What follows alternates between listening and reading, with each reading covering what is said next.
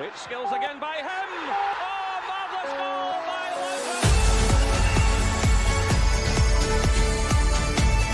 Welcome to the Rangers Journey. Hello everyone and welcome to the Rangers Journal. This is your Gers Talk Friday News podcast and I'm joined by Billy and Billy's, which is going to get a bit confusing. We'll start with, yourself, Billy, without a J. How are you feeling after last night and this week in full? It's more full me, mate, because I got my hopes up that we were going to turn the corner and these players were going to, for some reason, pull a performance out the bag. But actually, I'm so scunnered with it now that I'm in the bad stage where I'm actually that kind of not caring anymore. You're like, I don't even care. We've got a game coming up at the weekend. That was an embarrassment last night, an absolute embarrassment. And Billy, Jack, that apathy, is that spreading to yourself? It's the big danger just now. Like, it is a really dangerous time for Rangers because we're stopping caring. We're only in October. We're almost out of 3 competitions. Even when we came back up from the lower leagues, yet even when you knew you probably weren't going to win the league, at the back of your mind you went, well, if it all clicks and these new players turn out to be worldies and we go on a run and Celtic tail off, you had hope. At the moment, there's no hope. We've gone from being a team last season that was broken but still made the quarterfinals to bottom of that table, getting beat by the lowest ranked team in it, and getting beat. I was talking to my brother last night and we were hardly paying attention to the game. It was tedious, embarrassing stuff, like Billy said. Yeah, so we'll touch on the game, but it's been a busy week at Rangers from the off. And on Monday, of course, Danny Rowe was finally confirmed as a new head coach, putting an end to what has been really a kind of embarrassing 2 weeks search for the new head coach.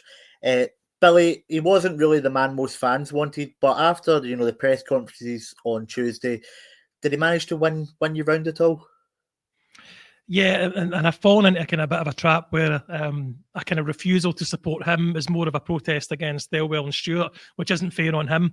I actually think he's conducted himself pretty well since coming in, from the press conferences to he's approaching the fans after the game last night, his press conference as well. So I've got this. I need to kind of fight against that feeling of not getting behind them purely as a get Thelwell and Stewart out kind of move. So. He's looked and spoke well, mate. So I can't really complain about him. Not the choice I wanted. I was firmly in Gerrard camp, and I was kind of buying into Muscat.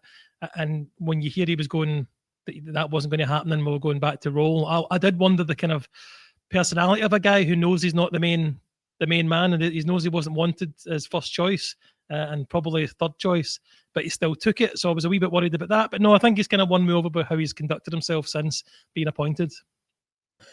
And Billy, Jack, we also had the press conferences with fan media from Stewart, Thelwell, Kavanagh, Marat. Did anything they said turn your opinion at all? Because I know Stewart and Thelwell, and we'll touch on the scenes we've seen after the game last night at the airport, but just based off the press conferences earlier in the week, did that turn you round on your opinion on them at all? Yes, it actually made me even more sceptical about Thelwell, to be honest. It made me think he's even more of I hesitate to use the word chancer because he's done the job, but it's like, when you're listening to someone going, you think you're explaining your way out of this and you're not as smart as you think you are, and that's worrying because the whole drama and the whole controversy over bringing his son in, it should never have happened. I'm sorry. You cannot tell me in the world of football that he was the best candidate in a proper recruitment process. I've worked in recruitment. You can design a process where you know who you're going to get at the end of it. You can make sure you advertise it a certain way. You don't give people enough time to apply. You include things in the job spec that maybe only turn up in certain people's CVs. And you end up with the boss's son. And what I thought was really interesting, and Thelwell I unfortunately thought he was being clever and did the opposite, was that, no, he's not here because he's my son. He's here because, was it Dan Purdy wanted him? And I can prove that because Dan Purdy wanted him in a previous job and I vetoed it because I didn't think he had enough experience. It was like, so you have taken him to other jobs, you have vetoed him when you've decided it's not right and you've brought him in now. If you vetoed him then, you okayed him now. It's not Dan Purdy. He's here because he's your son, and we are not your plaything. Same with Chermiti. Like I said in the very first pod after Chermiti was signed, like I didn't get it. You look at his profile, you look at what he'd done or not done, and it's no harm to the kid. He is here and he's going to try his best. But I didn't see a Rangers, £8 million from Rangers. Like, at least with Ryan Kent, for all his flaws, Ryan Kent was a guy you gave the ball to, like maybe 30 yards up the pitch, and he would drive the whole team another 40, 50 yards up the pitch. He didn't do enough with it a lot of the time, but in terms of like getting us up, you could see what you got for your money. Chermiti, a guy he's now paid £23 million for across two clubs, who has really done nothing at either club. And I feel for the player actually in some ways, because he is now going to become a lightning rod. But Thelwell, just to me, there's so many things that he's done that aren't just wrong, but they're odd looking. Like if I'm Thelwell, I do not appoint my son because it looks rotten to the core. I don't spend £8 million on Chermiti. I get him in on a try and buy basis. Get him in and say, okay, we'll sign him in a year's time if it works out. And Patrick Stewart, I do not get that guy at all. Like, this is a high-level executive. Get some media training. He comes across as someone out of the Aardman universe. That is not what you want from a Rangers chairman, CEO, whatever. So, I didn't find anything through the week particularly convincing. And I don't think it's going to ease off, because I don't think things are going to get massively better in the short term. And I don't think Danny Rowell's going to be the guy that cops it. Yeah, so my take on it is they both look like guys that have came in and majorly underestimated this club and this league. And now they're scrambling about throwing stuff at the wall and seeing what sticks, and none of it's sticking. At some point, Cavan and Marat need to have a serious look at this, and I will be very surprised if things continue this way, if it's not before the end of the season. Just stay with yourself, Bill. We see the comment there from Shona about Dan Purdy. Now, we see a lot of these things about Thelwell and Stewart, with the crosses for their name and everything. Do you think Dan Purdy, especially if he is the one who's getting the blame for appointing Thelwell's son, is doing quite well to hide from a lot of this criticism aimed at the other two? I mean, without knowing the intricacies of the relationship, you would have to say, yeah, he's flying under the radar. But at the moment, I think you go for the boss guy. Thelwell's the boss guy. So, Thelwell's the guy who could have said, he said no to Dan Purdy before when he wanted to bring his son in. So he could have said no to him again. And I just come back to it. Like, I don't believe that Kevin Thelwell's sitting there and like Dan Purdy or whoever rocks up and goes, Kevin, you will never believe who's our number one candidate. This is going to shock you. That's been engineered at some level. I just don't believe anything. I don't believe, and this notion that the way he tried to sell it to us, sorry to circle back to Thelwell, but that we want the best for Rangers, we want the best available for Rangers, and therefore we have to overlook what looks like screaming nepotism to get the very best for Rangers. Or could it be that actually your son's just got another job at another club you're at? Because if it looks like a duck and it walks like a duck and it quacks like a duck, it's probably nepotism. And I'm sorry. So Purdy, Purdy's kind of flying under the radar, but he is, he's not the guy who's up front. I don't have an issue with that. Like Thelwell and Stewart, the guys who need to get things right soon. And to be honest, I no harm to Danny Rowell. I take Billy's point about him taking on the job, even though he's third choice. But managers back themselves. They're confident. They're confident guys. Germans are confident people. He's probably gone, yeah, I'm third choice. How often are you first choice in the process? That's hardly here or there. So I don't have an issue with that. But I don't think Danny Rowell is necessarily going to fix things. So I think the heat stays on Thelwell and Stewart. Purdy, we'll see in time. Yeah, well, January certainly is going to be interesting. We'll see if they're trusted to go out with similar funds. Well, we've danced around it long enough, Billy. Last night was a bit of a shambles. 3 European games, no points, bottom of this league phase. It includes teams like Brann, who were the lowest seeded team in the league phase. Where do we go from here? Because that performance was shocking. What are your just initial reactions, 16, 18 hours on from full time? It's really just shocking how in every key area they were poor in. They were poor at tracking down. They were poor at getting the ball back when they needed to. Chamiti missed what I would call a sitter with his header into the ground. So the defence can't defend. Can't keep wins out of a close, as the saying is. So every major or important metric that you can judge a team on, they are doing badly in. So it's hard to see how you can say it, but they can't get any worse. Like that's just hopeful at this point, because they very well could get worse. I was expecting a much bigger reaction. I was expecting some kind of reaction, but you've got players like Raskin, who I don't know how they go away and perform well for the country. Not just him, but Asgard as well. Goes away and have good games for the country, and then come back and can't do the very basics with players that they're training with day in, day out. And apparently their training is out of this world. We're the head of the training league. So yeah, just kind of bewilderment at how bad they played. There was no point in that game I thought we're going to get either we're going to get a goal back, or even we're going to score. And I'd predicted us to win 3-1 last night before the game, purely just out of wishful thinking and the hope that they were going to get a bounce and kind of new manager bounce. And they did kind of have it for 45 minutes on Saturday, but that's all we've seen of them. I mean, 2 45-minute performances all season is all we've really seen. Yeah, and it wasn't even like one of these ones we've seen under Martin, where it's a poor first half, poor 60 minutes, and then we'll rally towards the end, or even, the performance under Stevie Smith, where we had a good sort of first 45, 50 minutes, and then sort of fell away. This we just never got going, and it was really kind of telling from the start. We lost the goal before half time. We weren't really getting forward, which has been an issue up front. I've seen a lot of criticism aimed at the forwards, and we'll get on to that, but I don't think they're doing too well making the chances for them, and I think that's a real issue. We'll touch on now Biljit Chamiti, £8 million, and that's not the boy's fault, but with the limited chances he is getting, he is really not doing much with him. I mean, last night his touch was off. Whenever he would hold the ball up, he would either get tackled or he would pass it straight to a Brann player. And then, of course, he had the big chance. I believe it was at 1-0 or 0-0, was a header. Great ball in.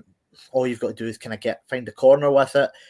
But it's right at the keeper. It's powder puff. I mean, what do we do with the boy? Do we persist with him and hope that maybe he just needs that first goal, maybe one going off his arse into the goal to get started? Or do we bring him out the firing line and try with Miovski, or dare I say it, Danilo going out the weekend? Well, I think possibly, before answering that, I think the more interesting question is one that one of the posters put up about why you've got the Livingston AstroTurf on your wall. It's a good question. I'm in the wage room, and there's meant to be some sort of animal stuff up there, but it's all fell off the wall. When it's all done up, it looks like a jungle. It looks good, but yeah, they've pulled the animals off the wall, so it's not the best backdrop, but we'll need to. It's the best place for silence at the moment. I think it might have been Jackson. But it's a good question. It does look like you've been on a rampage. On Sharmiti, I think if he was coming through the youth system, you'd have a look at him and go, "Oh, there are the makings of a player there," because he made some decent runs. He got on the end of that chance. He looks like he's got the physicality to trouble like defences.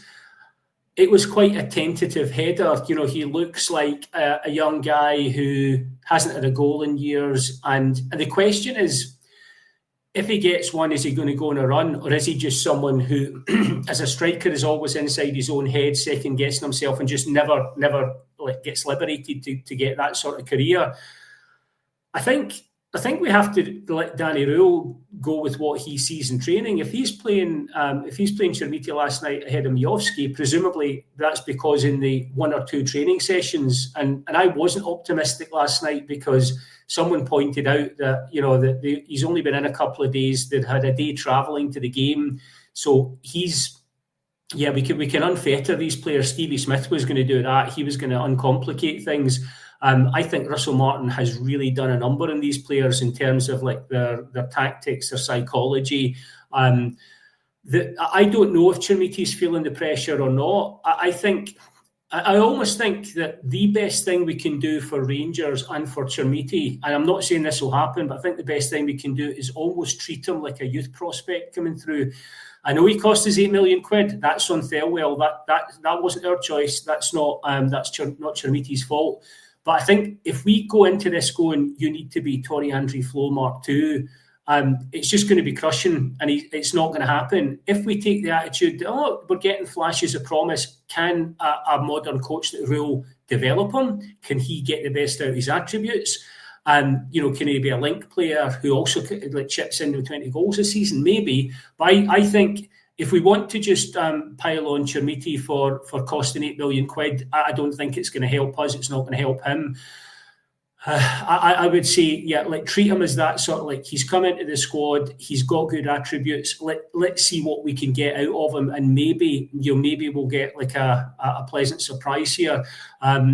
Otherwise, you're almost getting right. At the moment, he just doesn't look like a player that's going to make you your money back. Never mind, if we buy at $8 million, we should be looking to sell at a multiple of that. And it's so depressing to think we get rid of Iggerman and Dessers, who, like Mitch and I have both been big Dessers fans, who said if you want to ship out 50 goals in 2 seasons, you better know where they're coming from.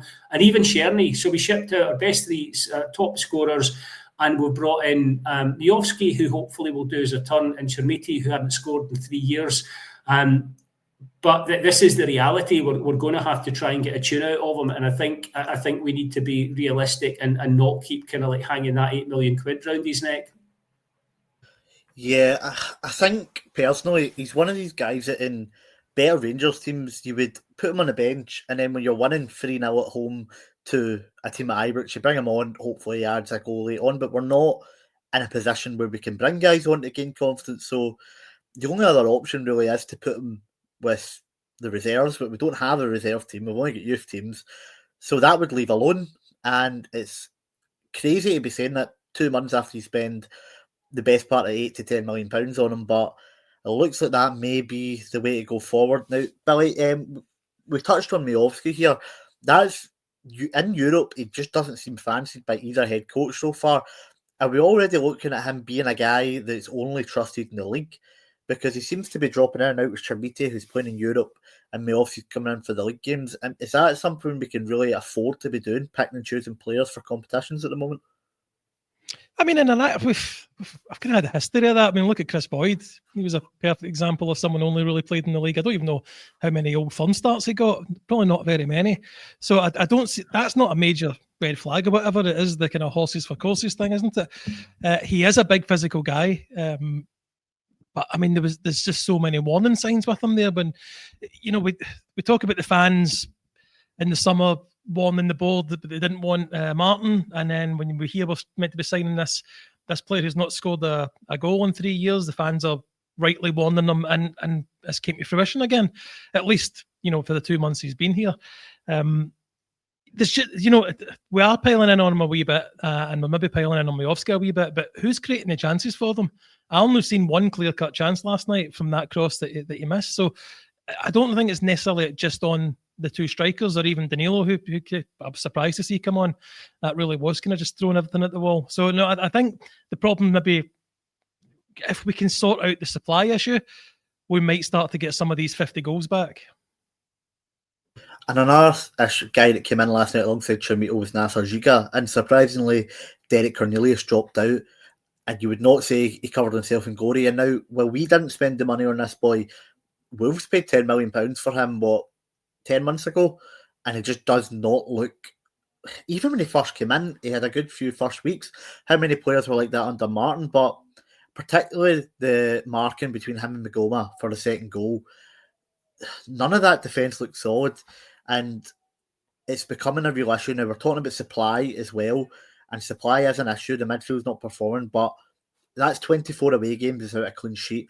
As far as I'm aware, we've not kept a clean sheet since the Hibs game, maybe one more against Celtic at Ibrox, a couple early on in Europe, but we're conceding a goal, at least one goal every game. What do we do to sort this defence, Billy Jack? Where can we make the changes with? Obviously, we can't bring anyone in until January, but if you were in charge of that defence, you're the new head coach coming in, what's the first thing you would address? Oh, I'd resign. I'd take one look at that and I'd be off somewhere where I could do something. Actually, it's interesting you flag up the midfield, Jack, because I felt all season, I keep saying this when I'm watching the games, chatting to my brother, I'm going like, it doesn't feel like we have a midfield. They don't create and they don't cover the defence. So given that they're not really doing much, I would at least set them up to cover that defence. We have to accept our defenders are not very good. John Souttar, like my abiding image now, when I think of John Souttar, it's of him walking back to the halfway line, shamefaced, kind of sort of looking up, like in roundabout, after another howler has gone in where he's been caught under the ball or out of position or whatever's happened. John Souttar's just not what we hoped we were getting from him. Maybe Cornelius will come good in time, but I did say when we brought him in, if you look at his career, he hasn't really stuck anywhere. He's brought in for a season and a half. Good clubs, but no one's found him indispensable. He's a bit of a sort of workhorse who's kind of, making a career, but hasn't really gone up that level. Giga, I thought he looked good the first few games when he came in, but in reality, if you're £10 million at Wolves, that's small change. And if your next move after costing 10 million is to go to Scotland, your career has stalled a wee bit. I would try and do something with the midfield and say, like, okay, like cover that defence. The defence cannot defend, but in all honesty, I think it would like to Gerrard when he was successful and other successful Rangers teams, you had a midfield that could create but also helped out the defence. And I think in the modern game to just say, right, you're the defence, you defend, and kind of leave them standing there, I think is very naive because you can get pulled out of shape, you can play in behind, you can get runners, and also just an easy way to kind of pull a line of defenders apart. And we have a midfield that's not doing that. Oh, what I would give for like a fit Ryan Jack or something like that in there just now, just someone you can put in who can break things up and just recycle. The stuff that when you see it, you go, well, it's not very exciting, but you need it. When you don't see it, this is what we get. It's difficult. It's difficult because in the left and right back position, we've got like a 19-year-old kid who's done okay, but he should be the backup. And James Tavernier is getting a lot of flack. I know this is not a popular view. James Tavernier is not the problem. James Tavernier has never been the problem. He's been a lightning rod for people, but he's consistently been a player where if he had players of a similar level around him, we would have been more successful. James Tavernier has often been the best player in the team. The fact that James Tavernier was supposed to be on the bench this season and has seen off like a younger, like English Premiership or Championship player says a lot about our recruitment. You cannot blame James Tavernier for getting played by two different managers now. He's doing his best and he's in the team. But he's not the force he was going forward, and he was never the best at the back. So I would say almost, like dedicate the midfield to almost like playing like away in a European game. Have a midfield that sits in and covers the defence and then tries to spring like our pacier players and almost hit teams on the break. I know it doesn't sound very ambitious, but I am sick of watching us defend like a school team. Sick of watching us give away goals. Like watching Brann celebrate last night. They think they're beating the Rangers of the last 4 or 5 years. This is not the Rangers of the last 4 or 5 years. This is like a school team. And an embarrassment, the word I think Billy used at the start, it's what keeps coming up again and again. So I'd try and make us more defensively obdurate. It wouldn't be fun to watch, but it would be more fun than watching us shipping the kind of goals we are at the moment. Yeah, and I'd agree with you on Tavernier. I think his legs are starting to go, and it's not really his fault he's still getting played. It's down to the recruitment who haven't replaced him, because this is probably the third year we've seen a decline in James Tavernier, and he's still seen as the best option at right back, and that's not down to him. He is not picking himself. The fact is we've never replaced him, and we're now stuck with an agent slowing Tavernier rather than the Tavernier old who would dig us out of holes. I mean, he still, even as Dundee United got the equaliser, but he's now digging us out a hole to a draw rather than digging us out a hole to a win. Now, Billy, we'll touch, obviously we ended up losing 3-0, never really laid a glove, but I want to touch on sort of the post-match comments. We'll start, before we head on to the manager, was Tavernier. He, post-match, said the squad's performance was disgraceful, and he made an interesting comment where he said, to play for Rangers you need to have it, and mentality-wise, and some in this squad don't. Now, Jack Butland made similar comments a week ago.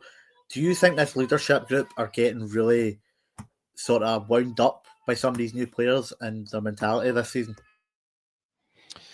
It certainly seems like it. I mean, that's two of them coming out saying the same thing. I would kind of throw it back on Tavernier as being in the leadership group, as he's the one that has to instill that mentality into the younger players to make them understand what it means to play for Rangers. And that's also fair to say he would maybe come back and say, well, these guys just don't have it and nothing I can do will change that. But he needs to be trying. It's easy to come out after a game like that and say you're raging and like you did. Just kind of fell flat with me. I know there's a lot of people online saying that they appreciated them saying it, but it's like going to just play better rather than come out after games when we play rubbish and say, oh, we don't have the mentality. It's like, I've never heard mentality being an issue in the past with any kind of football teams. I mean, I guess you come to Rangers, there's players that don't, we say the shot's too big for them and they end up leaving, but this seems to be a whole team of players that the shot's too big for them. I don't know if I can believe that. So he needs to get to work and sorting that mentality out. And to be fair, he should have been doing it 2 months ago. But, I appreciate his comments, but kind of falling on deaf ears with me. Billy Jack, did you manage to see Tavernier's comments? What was your take on it? You, of course, were sort of defending him there. Were you thinking anything different to Billy? Well, I say defending him. It's interesting. My comments seem to have sparked like the two sides of the great Tavernier debate. One comment that got was, "Are you joking?" And I was going, "That's me he's talking to." And you've also got people going, "Tav has no legs left," etc. Actually, the comment by Blue Electric Blue, which is like top Bowie reference there, that's from Sound and Vision, the Low album, from what I remember. A bit of a Bowie geek here, but like that name, he nails it. Tav is finished and is our best player, and therein lies the great dilemma of Tavernier. It's not his fault. He should have been recycled out of the team. His comments, where I will slightly take issue with James Tavernier is they are calling out maybe the new players in, the younger players. James Tavernier and Jack Butland are part of a failed leadership group. In recent years, they're not in a position to go, look at my medals. They've got one or two, but I think that there needs to be self-reflection there. And it's like Billy says, Tavernier, if you are part of the leadership group, it is your job to lead and to inspire. And I know he does that more by setting standards in the way he plays, but you can't have it both ways. You can't dig out the players in an interview. He's talking about players showing aggression when they've lost the game. So I'm presuming it's the kick in the door, slamming the locker and all that sort of stuff. And it's like, you need to see that on the pitch.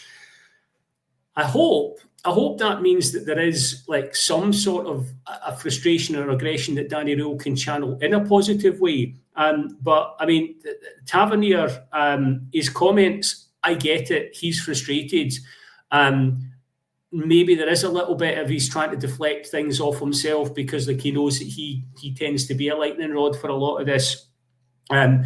I think if everyone played like with Tavernier's level of commitment, given where his legs are at and everything, I think would be playing a lot better. But I also think, if he wants to lead, he can lead. The problem he's got is it was always by example, and he can't get up and down the pitch and score the goals he used to, so he can't set that example anymore. So I understand his frustration. I'm a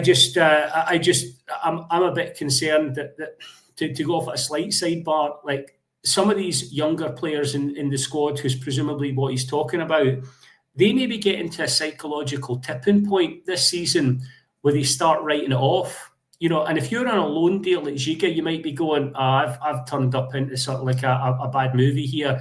I'll just keep my head down and get back to Wolves in January at the end of the season. Even some of our signings might be thinking now, guys who are just in the door might be talking to their agents going, like, 2 managers, like constant grief, like just like the fans are on us all the time.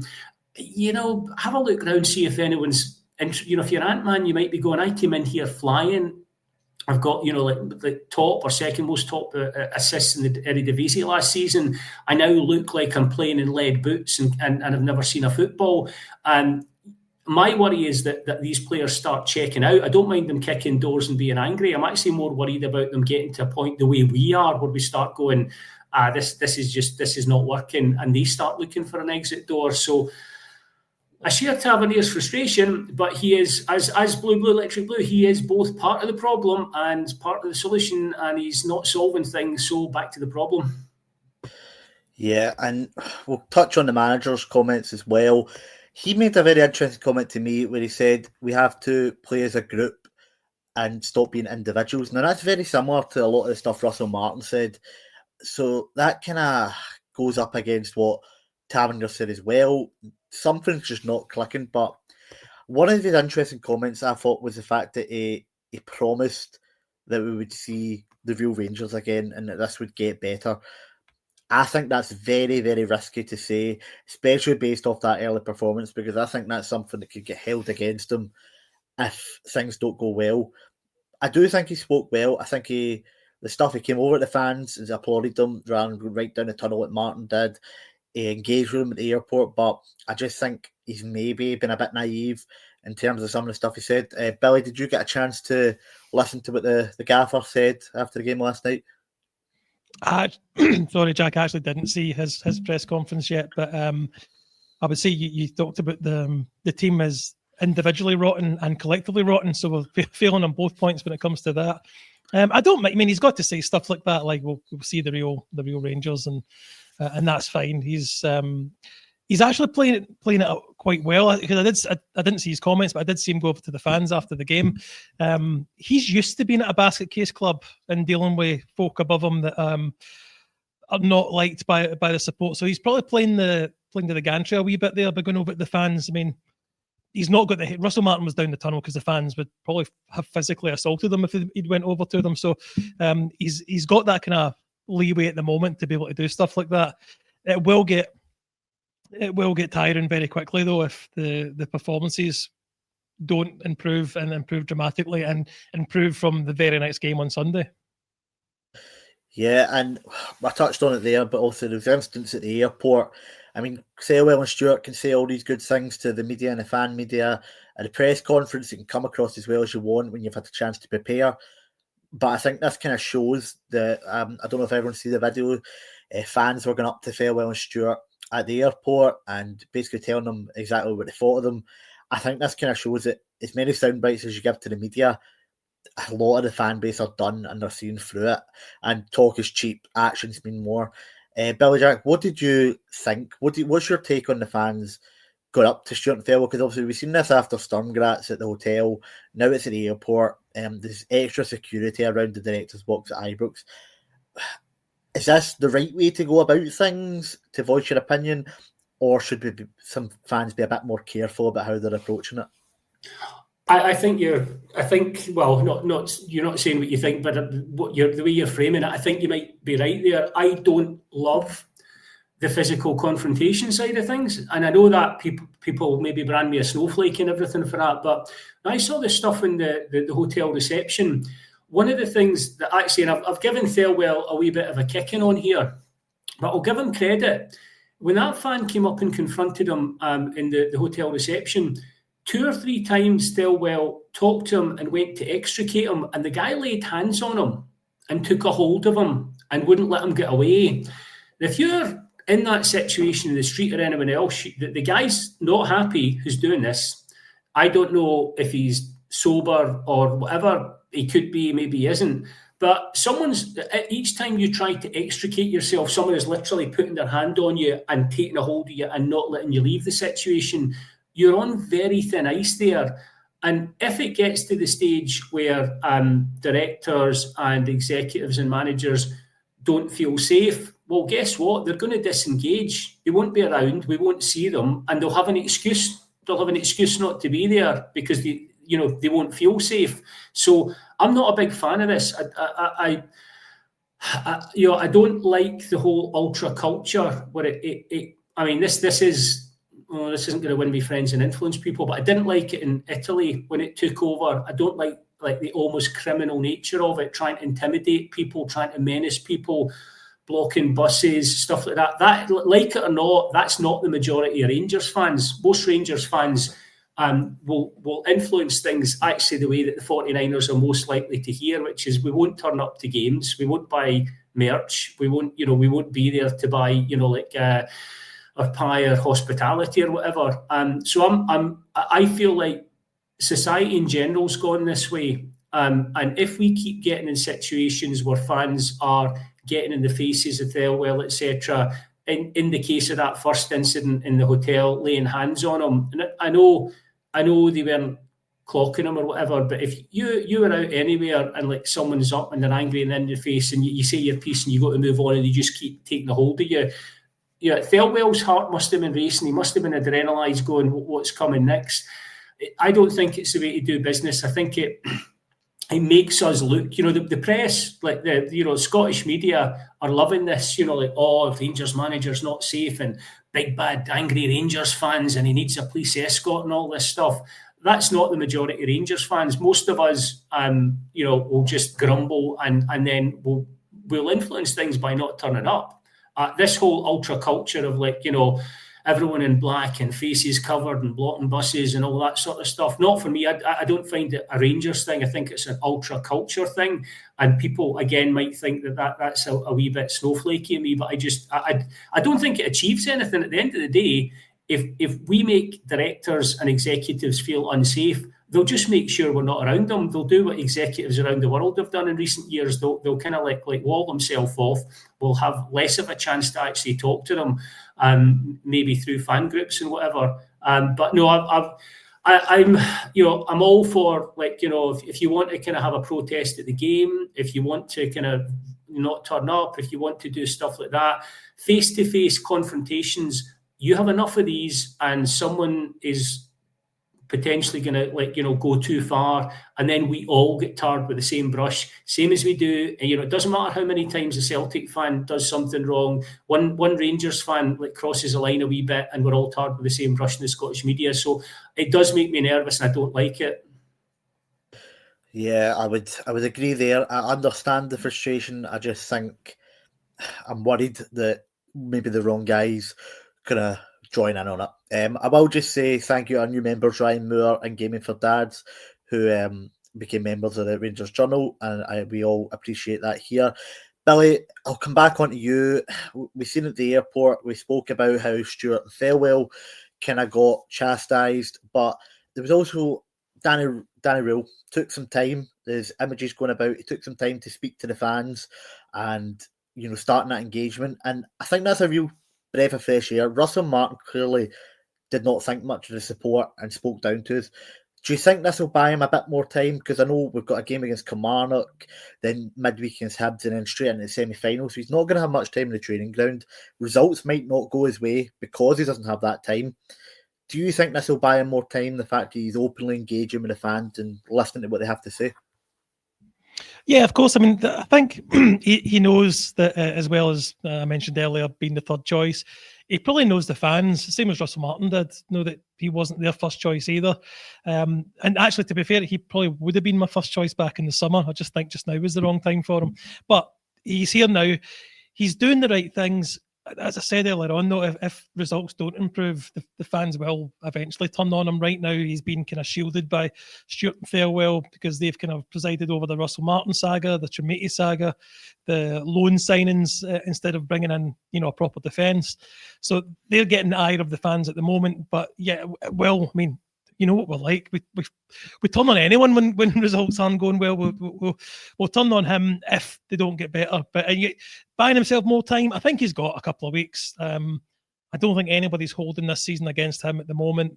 He's going to have a difficult section of games coming up, the hope would be that he wins more than he loses, which is all we can probably really ask for when he's not going to have time on the training field.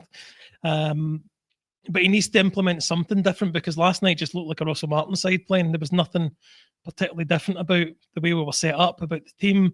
He mentioned there was going to be a couple of changes. I guess Chamiti is a change on Miovski starting, but again, he has played in Europe before. So he just needs to start making... We can see when things are getting better in places. You know, we gave Stevie Smith the benefit of that first half on Saturday. If he starts to do things like that, if first halves become 60 minutes, if they become 70 minutes, become 90 minutes over the next couple of weeks, then he'll start to kind of get the fans kind of more on board with him. Right now, he's got the luck of just not being Patrick Stewart or Kevin Thelwell, which is going to serve him for a couple of weeks anyway. I mean, I don't think we're sacking two managers in the season, so he's probably got the season and a pre-season next year. So he's fairly safe, I would say, at the moment. The guys above him are more in the firing line from the fans.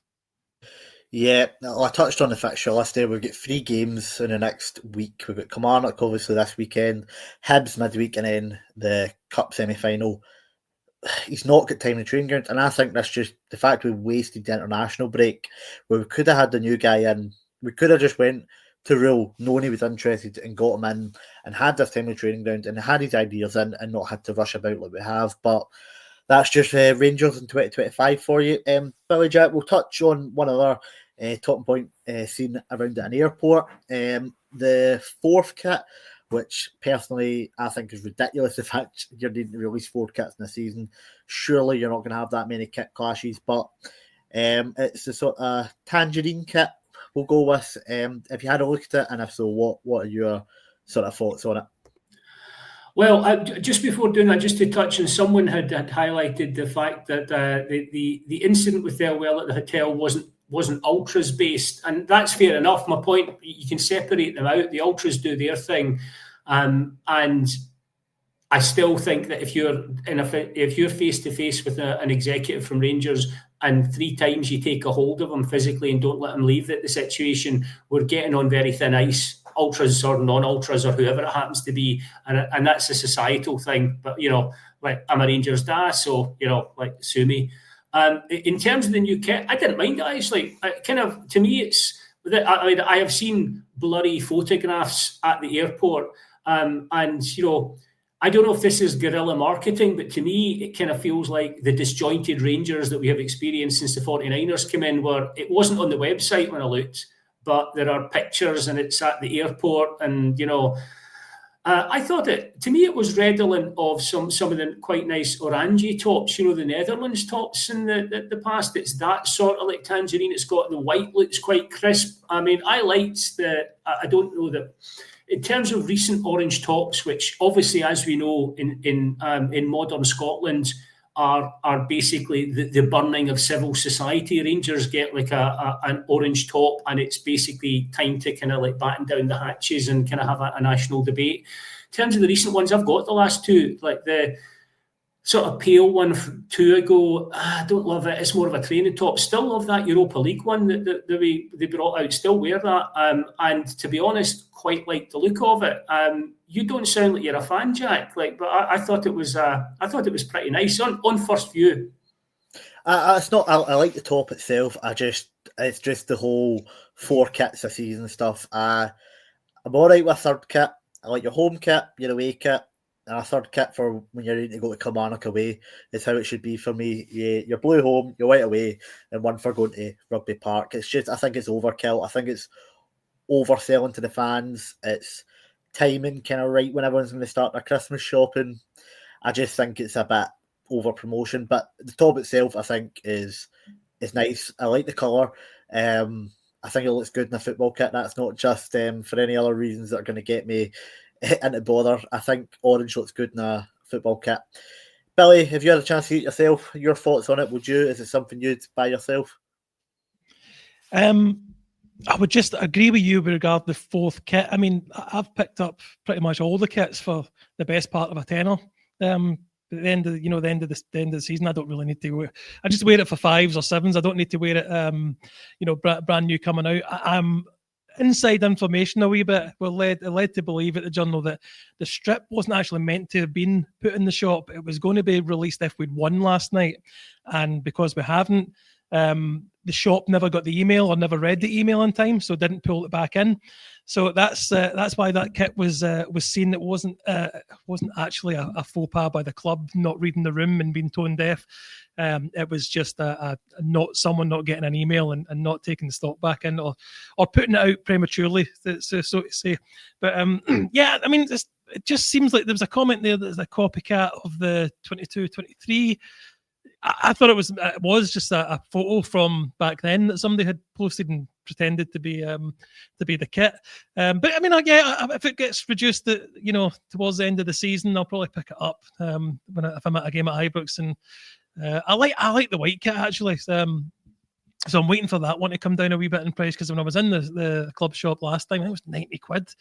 Well, I'm not paying 90 quid. I remember tops for 30 quid. I'm not paying 90 quid for a top. So we'll see when it comes down in price. I'll probably pick it up then. But looks nice enough from the grainy potato quality photo we got to see of it.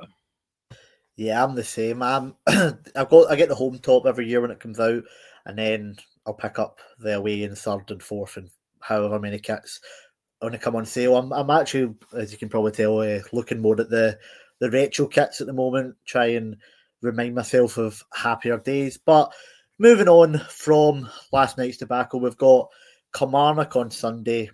Billy Jack, what are you thinking ahead of this? Kilmarnock are doing okay this year. They're in the top half. We're not. Can you expect Danny Rule to have put much into the team ahead of that? Do you think we'll finally see that league win at Ibrox, or do you think it's going to be another turgid, stuffy game we'll be lucky to get out of? Sadly, the latter seems more likely, because I was similar to you, Jack. I was having a look at the fixtures. Killie in the 26th, Hibs the 29th, Celtic the 2nd, Roma the 6th, Dundee the 9th. You actually look at that, that's like pretty much, a day's training between each one, a proper day in the training ground. Danny Rule, to me is not, he's not the profile I would want, but he is up against it. He's got players who, whether they are limited, whether Russell Martin has just bamboozled them and their confidence is low, he has not got an awful lot of time between games to actually affect the change that we would like to see. And, you get to the international break, he can do some work there, but we could have a lot of players away. Raskin and people like that are going to be away during the international break. So even then, he's kind of up against it. I think it could be, at best, you're hoping we can grind out a win, and it's mad to think that if we were to beat Killie at the weekend, theoretically, it's not beyond the realms of possibility we could be 5 points behind Celtic. They're playing hard, so they could win, they could lose, who knows? But we could be 5 points behind Celtic, which is the thing that melts my brain, how bad they are this season, and we're so much worse. That's one of the most painful things. If the 49ers had been this slick operation we all thought, and they'd come in, hit the ground running, Celtic do not deal well with scoreboard pressure. Brendan Rodgers does not deal well with pressure, full stop. He goes full David Brent at the slightest. We've seen it with the Skoda comments. That without talking about them too much. So if we had put a bit of pressure on them and Hearts were doing well, they could go under. Instead, we're the ones sort of clinging on to coattails just now. I would take any sort of win at the weekend, and I'll watch the game, but it's getting to the stage you almost want a second screen games where you're kind of doing at least if I do a bit of work while I'm watching it, at the end of the 90 minutes, I haven't wasted 90 minutes, and that's quite grim. On a slight sort of side note, when we've been looking at managers, and I thought that we might be getting Steven Gerrard, then we might be getting Muscat in, I suggested, and I still think it's not the worst idea. I would have thought Kettlewell, if we could have got him as first team coach, would have been a decent shout, because I think apparently he's a bear. I quite like how he works, how he talks, and he could have put himself in a position. I heard someone on the pod I was on, they were like, why, he's a first team coach, why would he give that up? You come in with Steven Gerrard as first team coach, you know he's going in 3 or 4 years. And if you're the guy that's helped Rangers win a lot and you were already a first team coach, you would be in the chat for the next manager's job. And I hate to admit it, the more we go around the houses and have the same names come up every time we're looking at a manager, the more I have gradually come round to think that maybe we should be looking at seasoned, proven Scottish managers, because I wasn't enthused about Stephen Robinson to begin with. I'll tell you by now, by the time Danny Rowell's coming in with 8 games under his belt, he looks a lot better than he did at the start. But Killie at the weekends, I'll take any sort of win. Honestly, I would, if I was betting my mortgage, that's always the way you go. If you were betting your house on it, what would you bet? I would bet on his dropping points at the weekend. I'm hoping we can finally start to get some sort of momentum building, even if it's just 4 points ahead of the Celtic game, ideally 6, but we'll see how it goes. In terms of changes, Billy, if you were Danny Rowell, what are you changing from Thursday night heading into Sunday? I played under 19s, Jack. keep Butland in goal and played under the. I mean, what can he do? I mean, who else can you? I mean, I'd like to see. I mean, for me, in a game like that, Connor Barron would suit it. He's able to get a dig in. I get in the back four. There's a problem at left back. I don't even know. All we're kind of doing is moving chairs on the Titanic, aren't we? We're moving the deck chairs. That's all it seems that we're doing at the moment. I mean, for me, Rothwell can't play. I don't know. He looks like he can't even run, never mind play football. I guess I'd like to see more Lyle Cameron. I'd like to see... I don't want to see Tremiti start. I think we need to start creating chances, and if you create chances for Miovski, he will score goals. Certainly in the Scottish Premier League anyway. So I'm not going to give you any kind of mind-blowing changes we'd make, but there's players that need to probably come out of that team. I mentioned a couple of them, and who you put in, we just have to hope they perform better. Yeah, for myself, I'd like to see Cornelius at left back. I thought he did well there. A couple of games we've seen. I think Enciala, I think it's maybe just a bit too soon with him returning to first team training. Maybe a place on the bench. I would like to see something of £3.5 million Emmanuel Fernandez to see what he's got about him, if he's got anything or not. Maybe replacing, take your pick between Suter and Giga. Bajrami, I think. Jack, can I come in there though? But yeah, we can't just play players because of the transfer fee we paid for them. They need to actually be decent enough. And we've no idea Fernandez is. Obviously, seen wee bits of him earlier on in the season. I was very surprised to learn that he was injured all this time, and I don't think the club ever let us know about that. But it's the same with Tremiti as well. Like, I wouldn't start him. It costs us $8 million, but no way I'd be starting him. I think though with Tremiti, at least you've had a bit of evidence, but I'd agree with Curry on Barron, Bajrami, Curtis. I'd like to see all them come in. But it's going to be an interesting weekend. Now, Billy Jack, you touched on the other game. We won't keep on it too much. What do we actually want from it? What's better for us? Is it Hearts pulling away, or is it a result that kind of keeps us closer at the top? Is it too far gone? Do we just want anyone but Celtic to win it, or is there a chance if we get a wee bit of momentum going, we can pull it back? Oh, there's a question.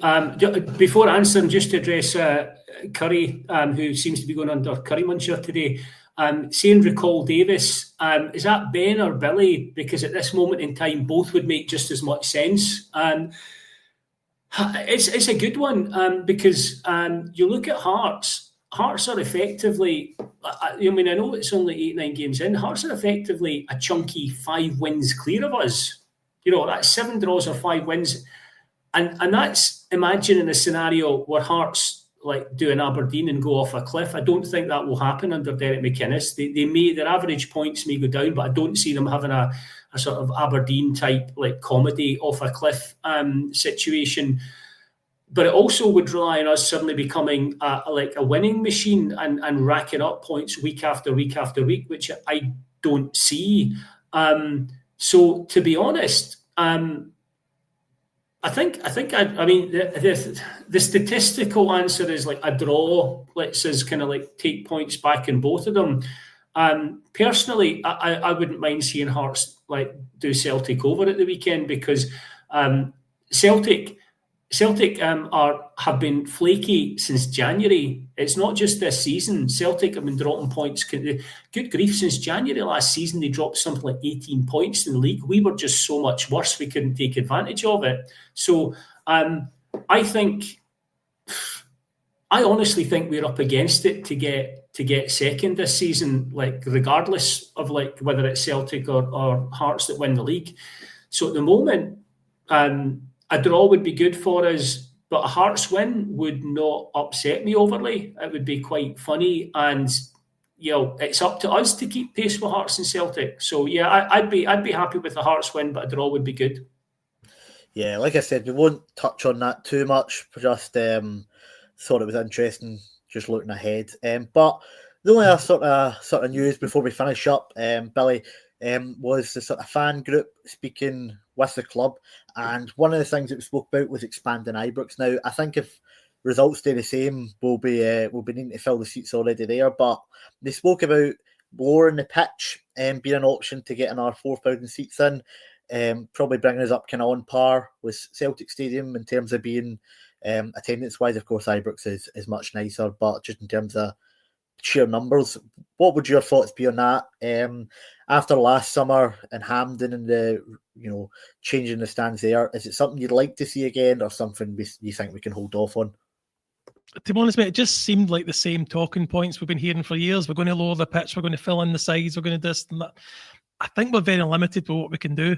And as you say, I've been hearing this for 10, 15 years, probably since we put the club deck on. I've been hearing how we're going to fill in the sides and all that kind of stuff. So it just felt like a trying to win the fans over a wee bit, a kind of squirrel moment, because it's going to cost an awful lot of money. And as I say, moving to Hampden last season really felt like it kiboshed the whole season, didn't it? So I mean, how much longer is it going to take to do whatever kind of structural changes that I don't even know? Is there not issues with the water table with lowering the pitch as well? I think we've been hearing all this for years. So if it comes to fruition, yeah, it'll be good. Hopefully by the time it does happen, we're playing a lot better and there's actual reason to put more seats in there, because I think we will get a full house on Sunday. But if results don't change, that could change very quickly, and we could very much see it being 2/3 full again. Jack, your thoughts on that? It's difficult to disagree with Billy's sort of take that it's like, oh, look, a squirrel sort of moment, because it just seems like the weirdest time to be floating this sort of stuff. Someone did an analysis of this a few years ago and talked through the numbers. I don't remember them off the top of my head, but it's millions and millions to do it, and it's years and years to make the money back. And yes, you will make it back eventually, but it's just the weirdest sort of like PR MacGuffin at a time when you're struggling to fill the stadium anyway. So why do you want to add on 4,000 seats? Our recent memories of Hampden are so negative. So why would you kind of even pitch that to the fans? And if we've got 20 million to spend, like putting 4,000 seats in, spend it on the team. Like there's no point in putting in 4,000 more empty seats to watch a team that's crap. Let's build a team that's winning things. And when you're bringing in money from a winning team, think about building the kind of the seats in. So yeah, I think it's like I'm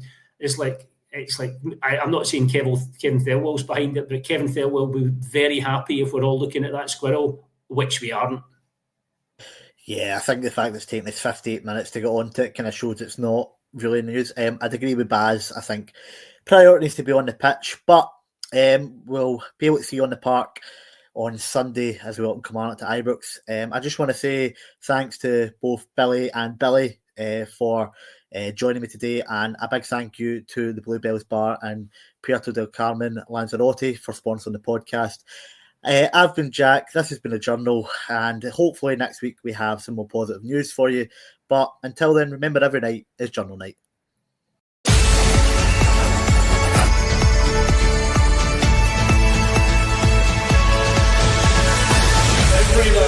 the Rangers Journal then.